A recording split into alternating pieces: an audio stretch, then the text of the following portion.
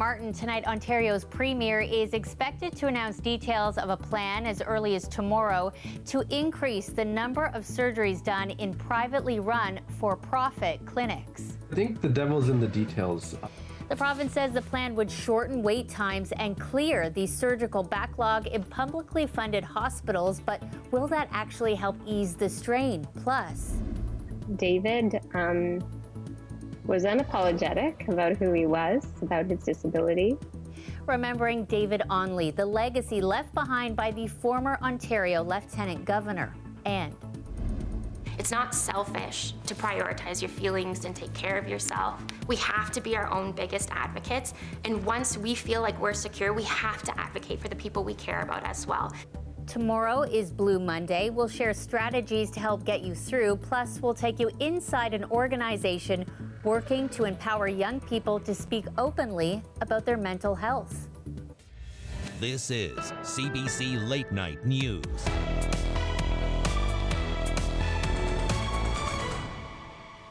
Hello, thanks for joining us. Tackling wait times at hospitals and the surgery backlog, the Premier is expected to make a major healthcare announcement as early as tomorrow, which could include expanding the range of surgeries at for-profit clinics. Greg Ross is tracking our top story tonight. So, Greg, tell us, how would this work? Shannon, the Premier is expected to use public funding to pay these independent healthcare facilities to perform thousands of surgeries and diagnostic procedures every year. He says the types of surgeries that these clinics will perform include hip replacement, knee replacement, and cataract surgeries. And he says it's going to reduce wait times for surgeries across the province, something that's been a huge concern. But already, this idea is getting some big-time pushback. Don't expect anything but longer wait times, money coming directly out of your pocket, and a huge problem for healthcare across the province. NDP interim leader Peter Tabbin says Doug Ford's plan to use private for-profit clinics is simply a ploy to take one step closer to a two-tier healthcare system in Ontario. He says instead of allowing organizations to profit off of healthcare, the government should be investing in improving the system we already have. When you look at the Ford plan, they're talking about putting this money into these clinics in September of this year. Well, we have unused capacity in our hospitals right now. If you want to move on this, put the money out there, get the healthcare workers and the nurses back on the job, and use the facilities that we have. Ford says under his plan, patients will never have to pay with their credit cards because services performed by these clinics will be covered by OHIP. Some in the healthcare field say it could work. So I think the devil's in the details. Kashif Pirzada is an emergency room doctor in Toronto. He says there are other very progressive healthcare systems around the world that utilize private facilities. Other systems in the world that function really well, that have private clinics, do so in a very highly regulated way. If you look at countries like Germany, Singapore, Israel, they have private investment and private actors running in their system. He says if not properly regulated, a system like this could have a huge impact on public health care, which is already being pushed to the brink in Ontario with a huge backlog of patients and wait times that can last months and even years. There's a fixed pool of healthcare workers, of doctors and nurses. If this is not handled properly, if there's no safeguards to make sure these private facilities don't poach from the public system, you could end up exacerbating the personnel shortages that we're having in the public system. So it has to be done properly. Pirzada says he'll be listening very closely to Ford's plan and how it's going to be implemented.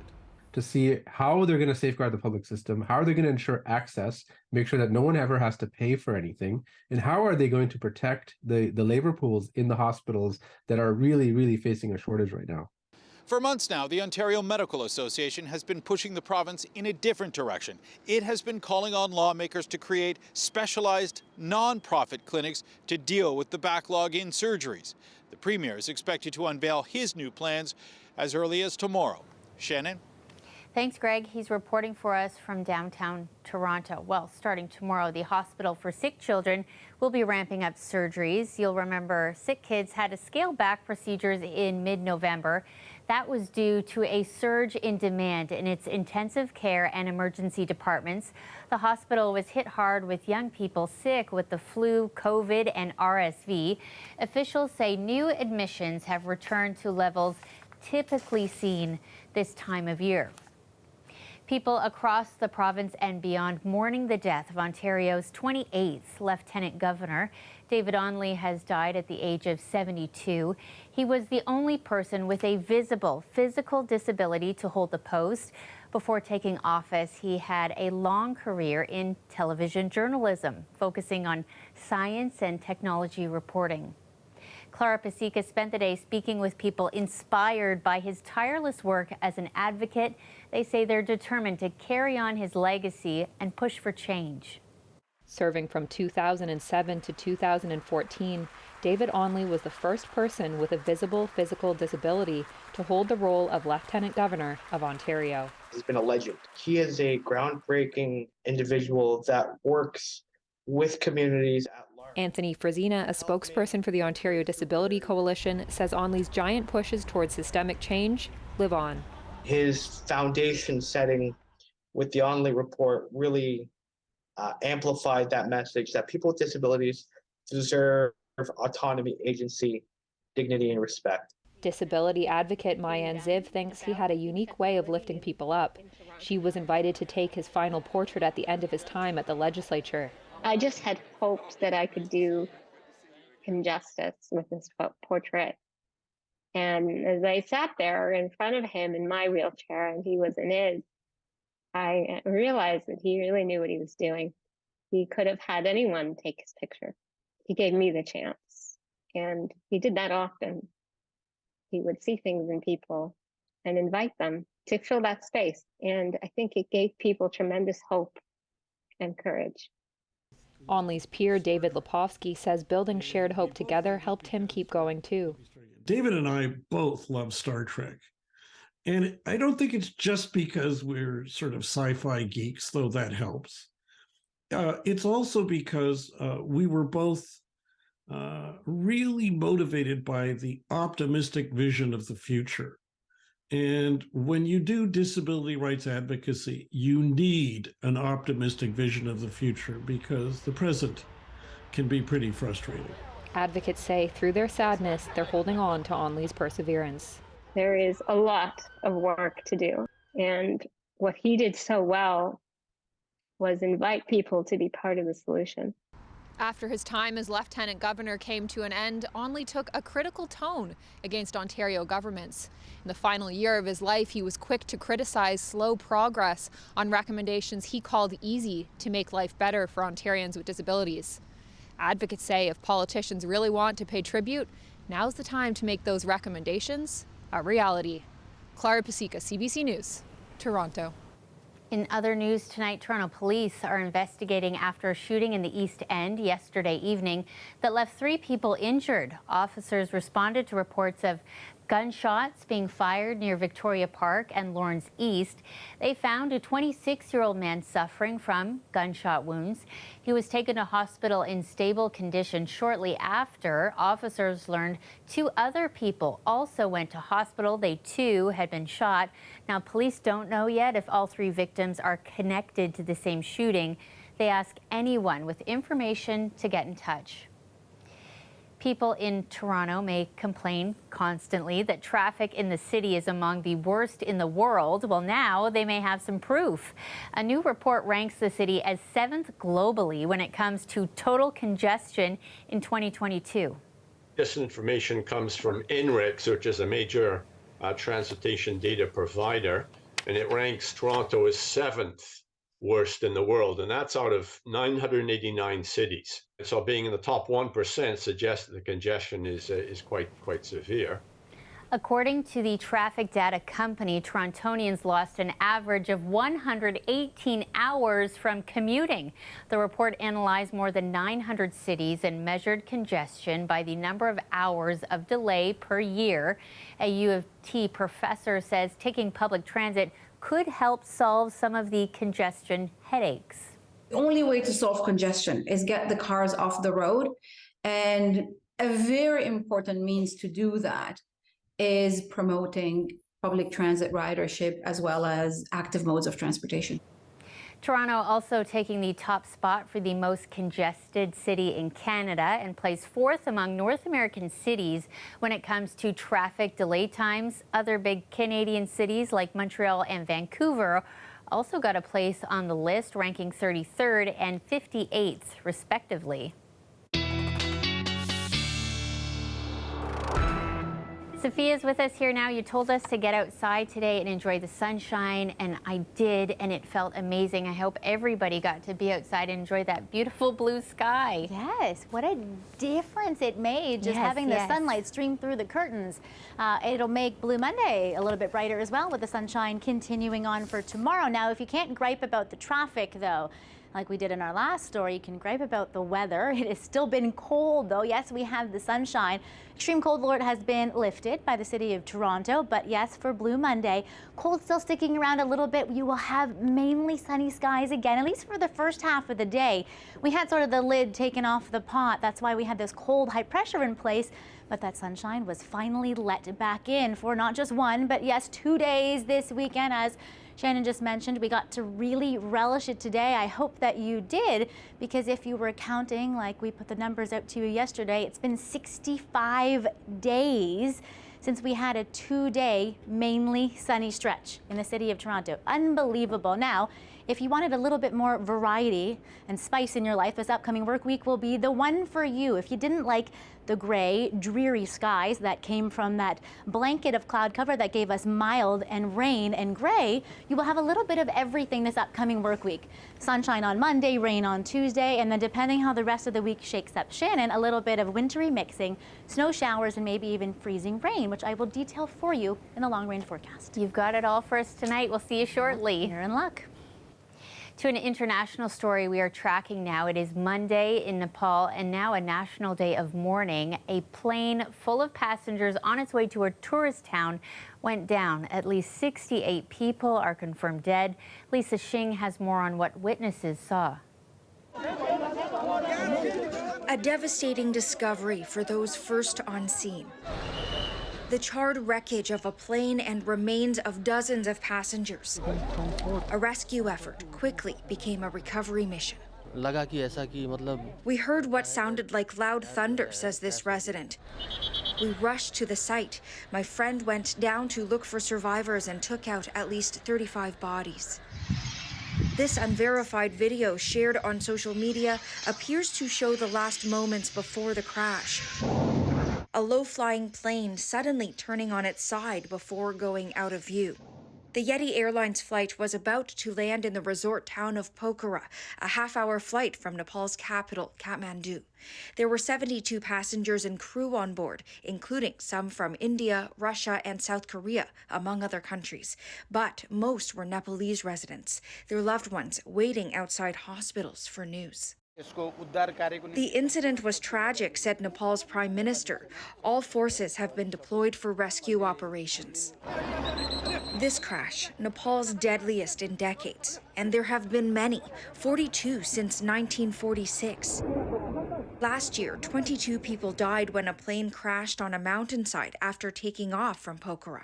Nepal is one of the most challenging areas in the world in which to fly. Nepal has 8 of the world's highest mountains, including Mount Everest. The topography means the weather changes suddenly, making for hazardous conditions. You have things such as wind shear. You have things such as obscurations of airports and mountains. For the last decade, the European Union has also banned all Nepalese airlines from its airspace because of safety concerns. The planes are old and the country lacks infrastructure for accurate weather forecasts. But right now, a more immediate concern, finding the cause of this tragedy. Lisa Shing, CBC News. Tomorrow is Blue Monday, which has been called the saddest day of the year. To talk more about that and offer some solutions, we spoke with Vera Chang. She's a psychotherapist and mental health advocate. About 15% of Canadians will have seasonal affective disorder once in their lifetime. And I think a lot of people wanting to live up to their own New Year resolution, which then can lead to the mental health challenges. One thing is to not get bogged down with your New Year resolution, right? Oftentimes we make comparison on social media, what we see, right, on social media, but remember that, sometimes they're not the reality because they're only showing a little bit of glimpse of what people are doing. And oftentimes that we also have to manage our own expectation and recognize that sometimes that we might fail at times, and really be honest with yourself about your own New Year resolution. And this will help you better manage, your own reality. What are some things that we can kind of be keeping in mind to help alleviate some of the stresses we might have? That's a really good question. So one thing is, exercise and really getting outside, right? You wanting to be creative and bundle up, getting some fresh air, but even doing 15 minutes of exercises, you can even go for a walk, or even join an online exercise class, because exercise can help you decompress, but also leaving you refreshed. This next story is about a Toronto group working to empower young people to speak openly about mental health. Youth volunteers go into schools and community spaces, sharing their lived experiences and resources. We recently visited their new office space in Toronto to learn more. We're struggling with our mental health, and we're not getting the support we need and deserve. Things need to change. I first got involved with Jack.org in June of 2017. I was just graduating high school. At the time, I was struggling with my own mental health, and a lot of my friends were as well, and we had no one to talk to, or at least we felt like we had no one to talk to because we didn't feel comfortable enough to come forward with how we were feeling. And the speakers at Jack.org, they share their story, they share resources, and they share that it's okay to talk about how you feel. And that's all I needed someone to tell me. And for an hour, I was forced to listen to that, and it was so incredible for me and my mental health. My friends are, to this day, some of the biggest mental health advocates in my life. And they really normalized having these open and honest conversations about, therapy and medication and just talking about what they were feeling. And because of that, when I was struggling, it was almost a second nature to me to be like, you know what, just like my friends, I can seek professional help. So when I found out about Jack.org and the Jack Talks, I realized that I had that opportunity to be that person for someone else, which is why I decided to get involved. What does our revolution look like? It looks like a Canada where all young people understand how to take care of their own mental health and look out for each other. Here, my name is Eric Windler. I am the founder of Jack.org. In March of 2010, I looked at my phone in the early days of cell phones, and it was a call from a police officer. And within 3 minutes told us that we had lost our dear son, Jack. He had been found in his residence room. He was a first-year student at Queen's University, 18 years old, and he died by suicide. We had no idea Jack was struggling, and no one was really talking about mental health at that time. We were devastated, but as we picked ourselves up, we decided to start looking into this. In the summer of 2013, we applied to be a charity, and within 60 days had our charitable status. Fast forward to today, we have, I think it's almost 90 full-time staff. We have thousands of young people who volunteer in our programs all across the country in every province and territory. Introducing the Be There Certificate, a free online course for young people and anyone to learn how to safely support someone struggling with their mental health. The Be There Certificate.org takes about 2 to 4 hours to complete the certification. You can do it at your own pace, and it is such an amazing tool. It is interactive. It teaches you how to actually approach those difficult conversations, and gives you also a way of ensuring that you yourself are taking care of your mental health throughout that interaction. It's not selfish to prioritize your feelings and take care of yourself. It's not lazy to take rest when you need it. It's not like you don't lack discipline because you're speaking kindly to yourself. We have to be our own biggest advocates, and once we feel like we're secure, we have to advocate for the people we care about as well. We need to support each other. And when you're going through a hard time, it's so easy to feel alone. But the Jack.org community, we are there to empower each other and to encourage each other to share how we feel and to utilize and find comfort in the community. And I would want someone out there to know that there is a community here willing to bring them in with open arms and let them feel as comfortable and as safe as we do. The Taste of Southeast Asia Festival wrapping up today. The event celebrating the Lunar New Year and the culture of 23 countries, all while raising money for a good cause. This is our first event. This is Taste of Southeast Asia. Our cause and our mission is to raise awareness against human trafficking and child exploitation. It was the first edition of this three-day festival taking place in Mississauga. The event was inspired by the Southeast and Southeast Asian communities in the GTA. It featured lots of food, live performances, handmade merchandise, and more. Okay, Sophia's back. We've got another day of sunshine, so we're at least getting a 2-day streak of it. Yeah, pretty good. 2.5, I'm going to say. Woo. Clouds won't come in until Yes. we'll take every minute we can get. Clouds won't come in until the second half of the day on Blue Monday, and get out early and soak up some of those rays. It's amazing how happier we all feel after this. I will talk about the cold for a minute, though. We did a number on increasing some of the ice surface on some of the Great Lakes and some of the frozen waterways around southern Ontario, at least. Still not safe enough to travel on. It is the start of Snowmobile Safety Week. Now, you know, Monday morning, still a little chilly if you're headed out to the bus stop or a walk to school. And then here is the splattering of a little bit of everything and the kitchen sink that you will have for this upcoming work week. Everything from your mainly sunny Monday to maybe snow and ice accretion mid to the latter half of this upcoming week. Appetizer course is the first Colorado low in on Tuesday. Slow moving, maybe not as high impact as the secondary system, but could make for some slick surfaces, especially Tuesday morning. Watch Monday overnight as that ice accretion could build up for some slick roadways on the 401 and 400 for Monday overnight and Tuesday morning, especially east of the city where that ice could stick around for a little bit longer, and around that Golden Horseshoe for some more slick surfaces. And then Tuesday afternoon, it's mostly a showery day for many of you kind of north of the GTA. We clear until Thursday, really, when the next bigger system comes in after maybe some cooler temperatures for Monday and for Tuesday. Tuesday, not a washout of a day.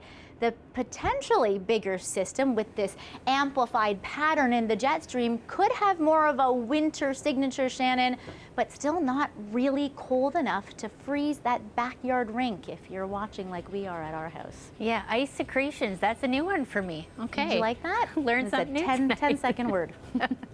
Thank you so much. Thanks for tracking it all for us. Sophia from the Weather Network with us again tonight. Thank you so much for joining us. We'll see you again next weekend.